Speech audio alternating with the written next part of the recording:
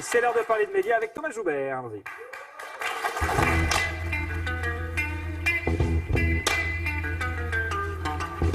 Vous l'écoutez chaque matin sur Europe 1 dans le grand direct des médias. Thomas Joubert, bonsoir. Bonsoir. Tout va bien? Je suis le dernier à faire mon entrée en plateau ce soir. Oui, exactement. Mais on retiendra que vous.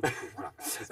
C'est le bilan de la semaine média avec vous, mon cher Thomas. Et on attaque par les médiatiques, donc les hauts de la semaine, les tops, on va dire, avec une nouvelle héroïne d'une fiction sur TF1, une héroïne transsexuelle. Une fiction qui s'appelle Louise, qui sera lancée le 6 mars prochain. Louise, c'est l'histoire d'une mère de famille incarnée par Elena Noguera qui découvre que la superbe femme qui vient de s'installer en face de chez elle n'est autre que son ex-mari, Louis, qui est donc devenu Louise, jouée par la comédienne Claire Nebou. Alors c'est la première fois qu'une série va s'intéresser à ce sujet de la transsexualité. C'est une tendance qu'on a déjà observée aux États-Unis dans la série Orange is the New Black. Je ne sais pas si vous la connaissez. Il y a ce personnage transsexuel. Arnaud Gidon joue dans la série. Oui, j'ai la chance de partager l'affiche avec ces gens-là, Dans Louise, etc., où je fais l'amoureux de... Ouais, ah c'est vrai, l'amoureux de Claire Nebou. Je tombe amoureux d'elle, de lui. En fait. Donc vous êtes un homme très ouvert d'esprit, qui accepte la différence, etc. Mais en fait, on ne le voit pas.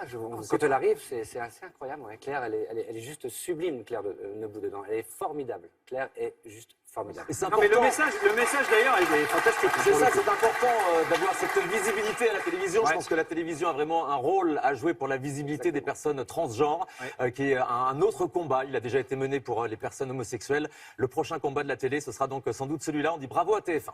Alors, vous apprenez également que Christophe Ondelat est de retour sur France 3. Oui, c'est une information qu'on vous a révélée cette semaine sur Europe 1. Christophe Ondelat a signé un nouveau format pour France 3. Son ancienne émission Crime et Châtiment n'a pas trouvé son public, comme on dit pudiquement à la télévision. Oui, Christophe... je ne sais pas trop pourquoi on dit ça. Oui, je ne sais pas. Vous ne vous sentez pas visé. Donc Christophe va rester sur France 3 et son domaine de prédilection, eh bien, ce sera toujours le même. Le récit de faits divers. Il excelle dans le Alors, genre pour le coup, à la radio. alors à la radio, c'est extraordinaire. Je ne sais pas si vous avez déjà entendu cette émission. Ondelat raconte, c'est super. C'est tous les après-midi donc sur Europe 1. Il pourrait y avoir une sorte de déclinaison donc sur France 3 où Christophe Ondelat raconterait des faits divers face caméra comme à l'époque un peu Alain Decaux raconte. Ça ne va pas nous rajeunir. Les médiatoques, donc c'est un peu les flops de la semaine avec l'arrêt de talk show. Oui, c'est la saison des talk-shows qui s'arrête. Qu'est-ce que c'est que cette histoire?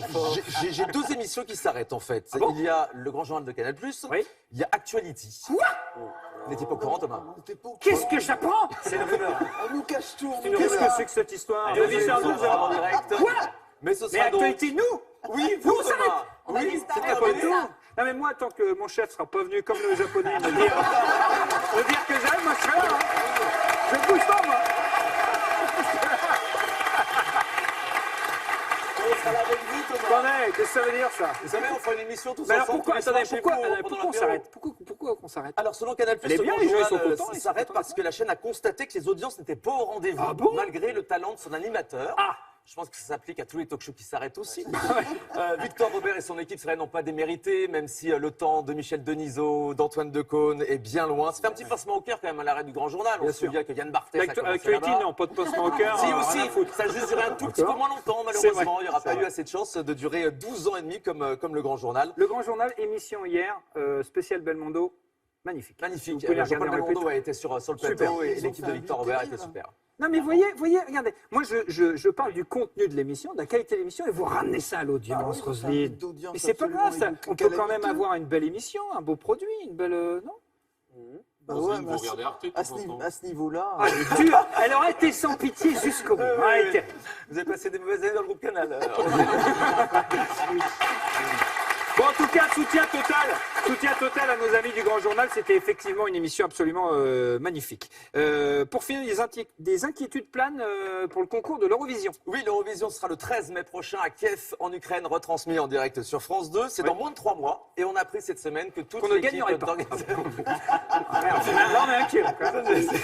Ça, c'est un peu le cas chaque année, cela dit. Alors donc, la production a été démissionnée cette semaine. L'équipe qui était chargée d'organiser le concours a décidé de jeter l'éponge car ils étaient en désaccord avec le nouveau patron de la chaîne publique ukrainienne qui vient de changer au mois de décembre. J'ai l'impression que dans tous C'est les assez rare, services quand même, publics européens, les directions changent tous les 6 mois. Ouais. C'est le cas aussi en Ukraine. On espère donc comme que le show aura lieu dans de bonnes conditions et que Alma, quand même, on va lui souhaiter bonne chance, notre candidate française, repartira avec un beau score. Oui, avec son tube Requiem. Merci beaucoup, mon cher Thomas. C'était Médiatique. Médiatoque.